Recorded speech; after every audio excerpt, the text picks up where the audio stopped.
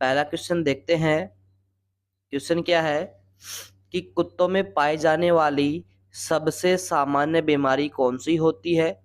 कि जो डॉग होते हैं उनमें नॉर्मली यानी अधिकतर तौर पर पाई जाने वाली सामान्य बीमारी कौन सी होगी।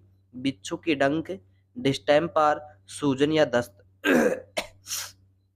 तो साथियों, जो डॉग होते हैं कुत्तों के अंदर जो डिस्टेम्पर डिजीज होती है, नॉर्मल डिजीज होती है, जो लगभग अधिकतर कुत्तों में देखने को मिलती है। कौन सी? Distemper disease. तो दोस्तों, ये जो डिस्टेम्पर डिजीज होती है ये किसके कारण से होती है?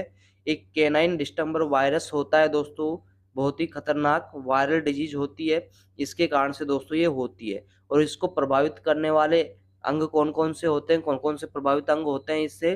श्वसन तंत्र हो गया, पाचन तंत्र हो गया, ये सभी दोस्तों इससे प्रभावित होते हैं। तो कुत्तों में सामान्य रूप से पाई जाने वाली बीमारी कौन सी होती है? डिस्टेम्पर डिजीज, जो कैनाइन डिस्टेम्पर वायरस से होती है। ठीक है। इसके बाद में अगला क्वेश्चन देखेंगे कि कुत्तों में रेबीज किस प्रकार की बीमारी होती है। Viral disease, bacterial disease, fungal disease या परजीवी। तो दोस्तों, जो रेबीज है एक प्रकार की वायरल डिजीज होती है, यानी ये एक प्रकार से वायरस से फैलती है। तो दोस्तों राइट आंसर हो जाएगा कुत्तों में रेबीज एक वायरल प्रकार की दोस्तों बीमारी होती है। ठीक है। नेक्स्ट क्वेश्चन देखिएगा साथियों। अगला क्वेश्चन आपका आता है, कुत्तों में केनाइन पैरा वायरस मुख्यतः किस अंग को प्रभावित करता है। जो डॉग होते हैं इनके अंदर दोस्तों केनाइन पैरा वायरस जो होता है ये मुख्यतः कौन से ऑर्गन अंग को प्रभावित करता है? हृदय को, लीवर को, आंत्र को या दोस्तों लंग्स यानी फेफड़ों को। तो दोस्तों फिर से बोल रहा हूँ, क्लास अच्छी लग रही है तो एक बार सभी भाई वेटनर से जुड़े हुए आपके पास में जितने भी कांटेक्ट है उनके पास में शेयर जरूर कर देंगे। और क्लासेस में दोस्तों लास्ट तक पूरा कंप्लीट जरूर देखिएगा दोस्तों। काफी बार आपके मन में ये भी आता है कि क्या क्लासेस चल रही हैं या ऐसे क्वेश्चन आते भी होंगे एग्जाम में। तो दोस्तों इसी तरीके के एग्जाम क्वेश्चन आपको देखने को मिलेंगे। तो दोस्तों क्वेश्चन कहीं से भी आपको मिले वहीं से आपको क्वेश्चन सोल्व करने, ज्यादा से ज्यादा क्वेश्चन आपको देखने चाहिए। तो चलिएगा दोस्तों, इस क्वेश्चन का आंसर आप बता देंगे कि कुत्तों में केनाइन पैरावायरस मुख्यतः किस अंग को प्रभावित करता है। तो दोस्तों राइट आंसर हो जाएगा जो केनाइन वायरस होता पैरावायरस होता है ये इंटेस्टाइन जो आपकी आंतें होती है, आंतों को दोस्तों प्रभावित करता है। Option number C. ठीक है। अगला क्वेश्चन देखेंगे, कुत्तों में हेपेटाइटिस किस अंग को प्रभावित करता है। तो दोस्तों जब डॉग में हेपेटाइटिस डिजीज हो जाती है तो किस ऑर्गन को प्रभावित करती है? लीवर, गुर्दा, हृदय या दोस्तों त्वचा। तो दोस्तों राइट आंसर हो जाएगा, जब कुत्ते में हेपेटाइटिस हो जाती है तो दोस्तों उसमें कौन सा ऑर्गन प्रभावित होता है? यकृत जो ऑर्गन होता है, लीवर जो आपकी होती है, ये दोस्तों प्रभावित होती है हेपेटाइटिस के अंदर। ठीक है। नेक्स्ट क्वेश्चन देखिएगा साथियों कि कुत्तों में लेप्टोस्पायरोसिस किस प्रकार का संक्रमण होता है। जो कुत्ते के अंदर लेप्टोस्पायरोसिस डिजीज होती है वो किस प्रकार का संक्रमण होता है? वायरल, बैक्टीरियल, फंगल या दोस्तों परजीवी। तो दोस्तों जो लेप्टोस्पायरोसिस है ये बैक्टीरियल डिजीज होती है, यानी जो लेप्टोस्पायरोसिस होता है ये बैक्टीरियल संक्रमण के अंतर्गत आता है मेरे दोस्तों। नेक्स्ट क्वेश्चन देखिएगा कि कुत्तों में केनाइन ट्रेकियटाइटिस सामान्य नाम क्या होता है। कि कुत्तों में जो केनाइन ट्रेकियटाइटिस जो होती है इसका सामान्य नाम क्या होता है? डिस्टेम्पर, कफ, फ्लू या दोस्तों सिरप। राइट आंसर हो जाएगा जो कफ होती है इसमें कुत्ते को क्या बोलते हैं? केनाइन ट्रेकियटाइटिस। ठीक है। अगला क्वेश्चन देखिएगा कि कुत्तों में फंगल इन्फेक्शन के लक्षण क्या हो सकते हैं। कि जब कुत्ते में फंगल इन्फेक्शन हो गया हो तो उसके लक्षण क्या हो सकते हैं? खांसी चलना, त्वचा पर धब्बे होना, दस्त होना या उल्टी होना। तो दोस्तों जब भी कुत्ते के अंदर फंगल इन्फेक्शन हो रहा है तो दोस्तों उसकी जो त्वचा होती है उसके ऊपर धब्बे हो जाते हैं, धब्बों के अंदर पानी भी भरने लग जाता है। तो दोस्तों फंगल इन्फेक्शन के दौरान कुत्ते में क्या देखा जाता है? त्वचा पर धब्बे दिखाई देने लग जाते हैं। राइट आंसर करेंगे ऑप्शन नंबर बी कि फंगल इन्फेक्शन के दौरान कुत्तों में त्वचा पर धब्बे दिखाई देने लग जाते हैं। अगला क्वेश्चन देखिएगा कि कुत्तों में डिस्टेंबर का टीका कब लगता है। जो डिस्टेंबर डिजीज होती है, जो फिर से बता रहा हूँ, केनाइन डिस्टेंबर वायरस से होती है। किन किन को प्रभावित करता है? श्वसन तंत्र को, पाचन तंत्र को। ठीक है, तो दोस्तों ये डिस्टेंबर का टीका कब लगाया जाता है कुत्तों के अंदर? जन्म के तुरंत बाद, 6 हफ्ते की उम्र में, 6 महीने की उम्र में, या दोस्तों 1 साल की उम्र में। तो दोस्तों जो कुत्तों के अंदर डिस्टेंबर का टीकाकरण किया जाता है, कुत्ते की उम्र जब 6 हफ्ता की हो जाती है, यानी 6 वीक्स का जब कुत्ता हो जाता है, तो उसमें डिस्टेंबर डिजीज का दोस्तों टीकाकरण किया जाता है।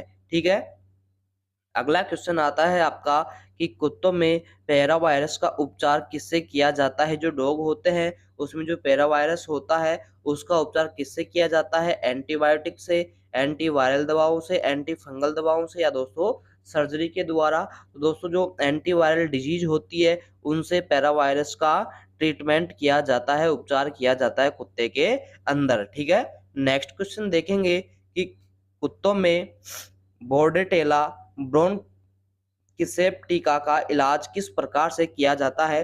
कि कुत्तों की एक डिजीज होती है, कौन सी डिजीज? बोर्डेटेला ब्रोंकिसेप टीका इलाज किस प्रकार से किया जाता है? एंटीबायोटिक्स दे करके, एंटीवायरल दवाएं दे करके, एंटी फंगल दवाई दे करके, या दोस्तों परजीवी दवाइयां दे करके।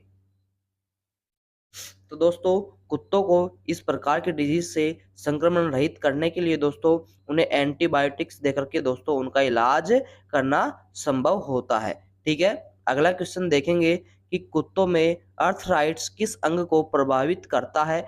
हड्डियों और जोड़ों को, यकृत को, फेफड़े को, या दोस्तों दिल को। दोस्तों कुत्ते के अंदर जो अर्थराइट्स डिजीज होती है तो दोस्तों हड्डियों और जॉइंट को दोस्तों प्रभावित करती है। इस डिजीज में कौन कौन से अंग प्रभावित होते हैं?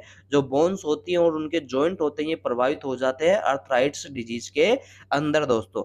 ठीक है, नेक्स्ट क्वेश्चन देखेंगे कि कुत्तों में ग्लोब्लास्टोमा किस प्रकार का कैंसर होता है? कि जो डॉग होते हैं उनमें ग्लोब्लास्टोमा एक प्रकार का कैंसर होता है। तो दोस्तों किस प्रकार का कैंसर होता है? रक्त कैंसर, त्वचा का कैंसर, लीवर का कैंसर, या दोस्तों यकृत का कैंसर। तो दोस्तों ग्लोब्लास्टोमा होता है एक प्रकार का ब्लड कैंसर होता है, रक्त का कैंसर होगा मेरे दोस्तों।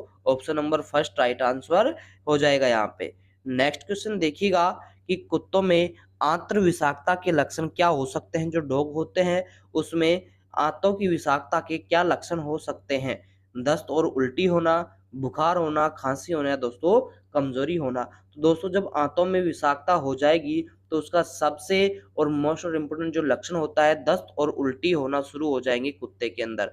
जैसे ही कुत्ते की आंतों में दोस्तों विषाक्तता हो जाएगी तो दोस्तों वो जो डॉग है, कुत्ता है, उल्टी और दस्त करने लग जाएगा बार बार में। ठीक है, अगला क्वेश्चन देखिएगा कि कुत्तों में केनाइन मेलानोमा किस अंग में होता है? जो डॉग होते हैं उनमें एक डिजीज होती है केनाइन मेलानोमा। तो दोस्तों किस अंग में होती है? त्वचा के अंदर, हड्डियों के अंदर, यकृत में, या दोस्तों गुर्दे के अंदर। तो दोस्तों राइट आंसर हो जाएगा जो केनाइन केनाइन मेलानोमा होता है, ये डॉग में त्वचा के अंदर होता है, स्किन के अंदर दोस्तों होता है। ठीक है, नेक्स्ट क्वेश्चन देखेंगे कि कुत्तों में हृदय विकार का मुख्य कारण क्या होता है? कि जो डॉग होते हैं उनमें जो हृदय का विकार हो जाता है, इसका मुख्य कारण क्या होता है? वायरल संक्रमण, बैक्टीरिया, पैरासाइट्स, या दोस्तों अनुवांशिक। तो दोस्तों जो हृदय विकार होता है डॉग के अंदर, तो दोस्तों इसका मुख्य कारण होता है जेनेटिक, यानी अनुवांशिक होता है ये दोस्तों। ठीक है,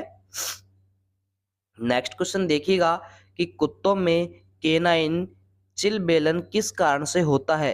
कि जो डॉग होते हैं उनमें केनाइन चिलबेलन जो एक डिजीज होती है दोस्तों किस कारण से होती है? ठंड से, गर्मी से, बैक्टीरिया से, दोस्तों वायरल से। तो दोस्तों कुत्तों में जो केनाइन चिलबेलन होता है ठंड के कारण से दोस्तों इनमें हो जाती है। ठीक है, अगला क्वेश्चन देखते हैं, कुत्तों में पेट डिस्टेंशन किससे संबंधित होता है? जो कुत्ते होते हैं दोस्तों उनके अंदर पेन पेट डिस्टेंशन होता है। तो दोस्तों किससे संबंधित होता है? हड्डियों की समस्या से, आंतों की समस्या से, त्वचा की समस्या से, या दोस्तों यकृत की समस्या से। तो दोस्तों ये जो पेट डिस्टेंशन होता है, ये आंतों की समस्या से दोस्तों संबंध रखता है। ठीक है, नेक्स्ट क्वेश्चन देखिएगा कि कुत्तों में हृदय कृमि का इलाज किससे किया जाता है। जो डॉग होते हैं उनमें जो हृदय कृमि का इलाज होता है दोस्तों वो किससे किया जाता है, एंटीबायोटिक्स से, एंटी फंगल से, या परजीवी से, या दोस्तों विटामिन सप्लीमेंट से। तो दोस्तों जो डॉग के अंदर हृदय कृमि होता है उसका जो इलाज है दोस्तों परजीवी दवाई देकर के दोस्तों उसका इलाज किया जाता है हृदय कृमि का। ठीक है, नेक्स्ट क्वेश्चन देखेंगे कि कुत्तों में ग्लूकोमा किस अंग को प्रभावित करता है। कुत्तों में जो ग्लूकोमा होता है वो किस ऑर्गन को प्रभावित करेगा, आंख, कान, त्वचा, या दोस्तों दिल को। तो दोस्तों राइट आंसर हो जाएगा जो ग्लूकोमा होता है ये कुत्तों की आंखों को दोस्तों प्रभावित करता है। ठीक है, अगला क्वेश्चन देखते हैं दोस्तों। अगला क्वेश्चन है आपका, कुत्तों में अस्थमा का सामान्य लक्षण क्या होता है। कि जब कुत्ते में अस्थमा डिजीज हो जाती है तो उसका सामान्य लक्षण कौन सा होता है, खांसी, दस्त, बुखार, या दोस्तों सुस्ती। तो दोस्तों जब कुत्ते में अस्थमा हो जाएगा तो उसे खांसी हो जाएगी दोस्तों, ये नॉर्मल इसका लक्षण होता है। ठीक है, अगला क्वेश्चन देखिएगा दोस्तों।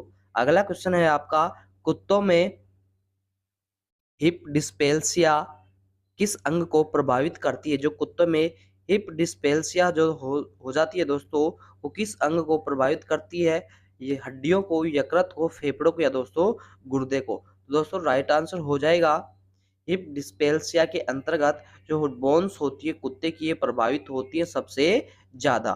ठीक है, नेक्स्ट क्वेश्चन देखेंगे कि कुत्तों में केनाइन पिपिलोमा वायरस का सामान्य लक्षण क्या होता है।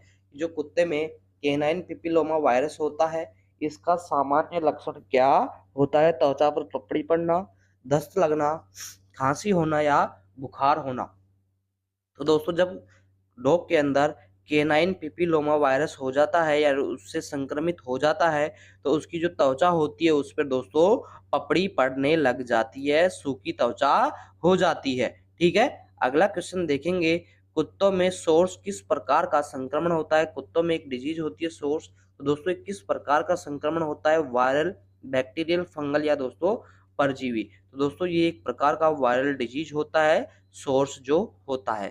ठीक है, अगला क्वेश्चन देखते हैं, कुत्तों में पस्टीरिया के लक्षण क्या हो सकते हैं। जो कुत्ते होते हैं दोस्तों उनमें पस्टीरिया डिजीज के क्या लक्षण हो सकते हैं, नाक का बहना, दस्त होना, बुखार होना, या दोस्तों सुस्ती में आ जाना। तो दोस्तों लगातार नाक बहती रहती है जब कुत्ते के अंदर पस्टीरिया डिजीज हो जाती है दोस्तों, तो यानी पस्टीरिया डिजीज का अपन लक्षण देख सकते हैं तो मेन तौर पे होती है कि कुत्तों की नाक बहने लग जाती है। ठीक है, नेक्स्ट क्वेश्चन देखिएगा, कुत्तों में टिटनेस का इलाज किससे किया जाता है, एंटीबायोटिक से, एंटीवायरल दवाओं से, एंटी फंगल दवाओं से, या दोस्तों सर्जरी कर कर। तो दोस्तों जो टिटनेस होता है इसका इलाज कुत्तों में एंटीबायोटिक्स देकर के दोस्तों किया जाता है। ठीक है, नेक्स्ट क्वेश्चन आता है आपका, कुत्तों में ब्लोट किस स्थिति को दर्शाता है। जो डॉग होते हैं उनमें जो ब्लोट होती है ब्लोट वो किस स्थिति को दर्शाती है, गैस का बढ़ना, त्वचा पर संक्रमण, बुखार, या दोस्तों खांसी। अगर कुत्तों के अंदर दोस्तों ब्लोट हो गया है तो दोस्तों उसके अंदर गैस बढ़ने लग गई है, दोस्तों गैस की बढ़ने की जो स्थिति हो जाती है वो ब्लोट बोला जाता है। ठीक है, नेक्स्ट क्वेश्चन देखिएगा कि कुत्तों में वायरल हेमोरेजिक वायरस का मुख्य लक्षण क्या होता है। कि जो कुत्ते होते हैं उनमें वायरल हेमोरेजिक वायरस होता है इसका मुख्य लक्षण क्या होगा, रक्तस्राव, दस्त, बुखार, या दोस्तों खांसी। तो दोस्तों इसका जो मुख्य स्राव होता है, मुख्य लक्षण क्या होता है, रक्तस्राव होना ही दोस्तों कुत्तों में हेमोरेजिक वायरस का सबसे मोस्ट इम्पोर्टेंट लक्षण होता है। ठीक है, नेक्स्ट क्वेश्चन देखिएगा दोस्तों कि कुत्तों में केनाइन हृदय कृमि की पहचान कैसे की जाती है।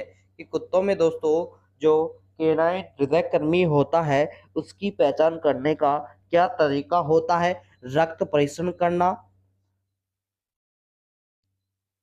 त्वचा परीक्षण करना, एक्सरे, या दोस्तों अल्ट्रासाउंड। तो दोस्तों रक्त परीक्षण यानी ब्लड टेस्ट करके के दोस्तों अपन हृदय कृमि की पहचान कर सकते हैं कुत्तों के अंदर। तो राइट आंसर हो जाएगा आपका रक्त परिसंचरण कर करके दोस्तों केनाइन हृदय कृमि की पहचान कर सकते हैं।